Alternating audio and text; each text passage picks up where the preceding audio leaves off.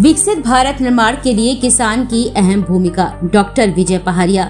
झांसी में agriculture express के संरक्षक एवं संस्थापक डॉक्टर विजय पहाड़िया ने पत्रकार वार्ता के दौरान बताया कि आधुनिक भारत के निर्माण की रीढ़ बन चुकी कृषि से देश की कुल आबादी की लगभग 75% से अधिक आबादी प्रत्यक्ष या फिर अप्रत्यक्ष रूप से कृषि पर आधारित है। भारत के विदेशी व्यापार में भी कृषि वस्तुएं ही प्रमुख हैं। अपार प्राकृतिक संसाधन और असीमित श्रम साधन होते हुए भी भारतीय कृषक आत्महत्या के लिए मजबूर क्यों हैं? कृषि का औद्योगिकरण होने एवं सैकड़ों सरकारी योजनाएं के होने के बाद भी किसानों को आर्थिक संकट से जूझना ही पड़ता है। कृषि विद्यार्थी तकनीकी शिक्षा प्राप्त करके भी देश के हालात में परिवर्तन नहीं कर पा रहे हैं। विदेशी कंपनियों के एक अधिकारी से कीटनाशकों, खाद एवं बीज के मूल्य आसमान छू रहे हैं। क्या वजह है कि देश के बजट का बड़ा हिस्सा कृषि हित में होने के बाद भी एवं तकनीकी क्रांति के बावजूद फल, सब्जियां, अनाज, दूध दिन प्रतिदिन बहुत महंगे होते जा रहे हैं। एग्रीकल्चर एक्सप्रेस एक माध्यम है किसानों, कृषि छात्रों, कृषि अधिकारी, शासकीय तंत्र और कृषि वैज्ञानिकों के बीच जो कृषि हित एवं राष्ट्र हित के लिए समर्पित है। एग्रीकल्चर एक्सप्रेस लाभकारी सरकारी योजनाओं के प्रचार प्रसार में महत्वपूर्ण भूमिका निभाने का काम करेगा। Climate change, global warming, ozone परत, biodiversity, water conservation, soil testing, जल, जंगल, जमीन आदि मुद्दों पर प्रमुखता से लोगों को जागरूक किया गया। लैंड साइक्लिंग, बाढ़, सूखा जैसी प्राकृतिक आपदा पर संगोष्ठी आयोजित होगी और आपदाओं के निराकरण के लिए योजनाबद्ध तरीके से काम करेंगे। किसानों की आत्महत्या को रोकने के लिए हर संभव प्रयास करेंगे। कृषि के विकास के बिना विकसित हिंदुस्तान का निर्माण मात्र एक सपना ही होगा। किसानों से सिर्फ वोट बैंक की राजनीति करने वाले दिग्गज नेताओं को मंच से उतरने के बाद सिर्फ अपनी कुर्सी ही दिखाई देती है। कृषि एवं कृषक की उन्नति के लिए हमें स्वयं ही क्रांति लानी होगी।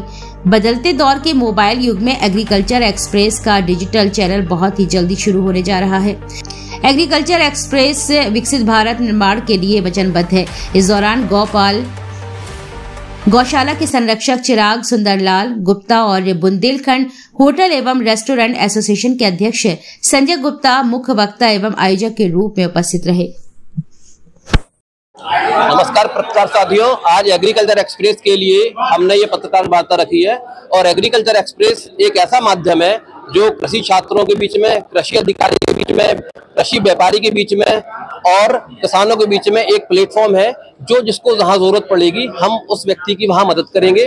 जो मैक्सिमम हम कर सकते हैं, हमारी टीम, हमारे लोग, हमारे साथी उस कार्यक्रम को करेंगे। दूसरी बात, जो सरकार की और प्रदेश सरकार की योजनाएं हैं, उन योजनाओं को जो आसानी से वहां तक नहीं पहुंच पा रही हो, किसानों को जानकारी नहीं है, किसी के पास नेटवर्क नहीं है, किसी के पास टाइम नहीं है, तो हम आसानी से उनको समझा पाएंगे क्या क्या डॉक्यूमेंट उनको चाहिए, क्या क्या उनको उस काम योजना में जानने के लिए कहाँ से क्या उपलब्ध होगा, ये सब जानकारी हम उनको उपलब्ध कराएंगे।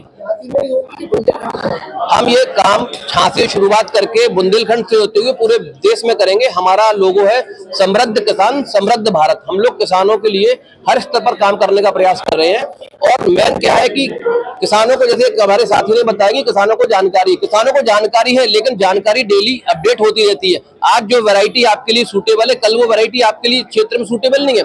जो केमिकल आज आप यूज कर रहे हैं 10 ml, कल वो केमिकल आपको 20 ml यूज करना पड़ेगा। कई बार क्या होता है, जैसे पोटास की मात्रा होती है, फास्फोरस की मात्रा होती है, नाइट्रोजन की मात्रा होती है, और फास्फोरस का ऐसा होता है कि फास्फोरस आपने डाला तो वो 60 से 70% उसको यूज करती है फसल और 30% वो मिट्टी में पड़ा रहता है। तो वो 30% के लिए क्या है कि अगर हम फास्फोरस कल्चर डालते हैं तो उस कल्चर से वो 30% भी यूज हो जाता है। तो ये टेक्निकल चीजें किसानों को नॉलेज कम है, तो इन टेक्निकल चीजों से हम उसकी उर्वरा का जो खर्चा है वो बचेगा। सॉइल टेस्टिंग के बारे में जी, एक्सप्रेस तो बहुत दिनों से शुरू है, कोरोना काल में बंद कर दी गई थी इसको। अब इसको दोबारा से व्यापक स्तर पर शुरू कर रहे हैं। पहले मैं इस काम को अकेला करता था, अब मेरे साथ में कई साथी जुड़ गए हैं, पत्रकार साथी जुड़ गए हैं। उस समय इतना डिजिटलाइजेशन नहीं था, उस समय कंप्यूटर मोबाइल क्रांति नहीं थी। आज है तो हम इसको और ज्यादा जोर शोर से इसको शुरुआत करने जा रहे हैं। नहीं, ये देखो, ये टोटल प्राइवेट है। हम सरकार की योजनाएं जो सरकार की योजनाएं ऑलरेडी मोबाइल में है, फेसबुक पर पड़ी हुई है, जो ऑलरेडी प्रसारित है लोगों को, लेकिन जानकारी नहीं है। अभी 45 योजनाएं, जैसे कि चिराग जी ने बताया कि 45 सरकारी योजनाएं चालू है, लेकिन आप पूछ लीजिए कितने लोगों को जानकारी। मुझे भी उतनी 45 योजनाओं की जानकारी नहीं है। तो जब उन योजनाओं की जानकारी हमें योजनाबद्ध तरीके से किसान को पहुंचाएंगे तो उसको उसका फायदा मिलेगा। ये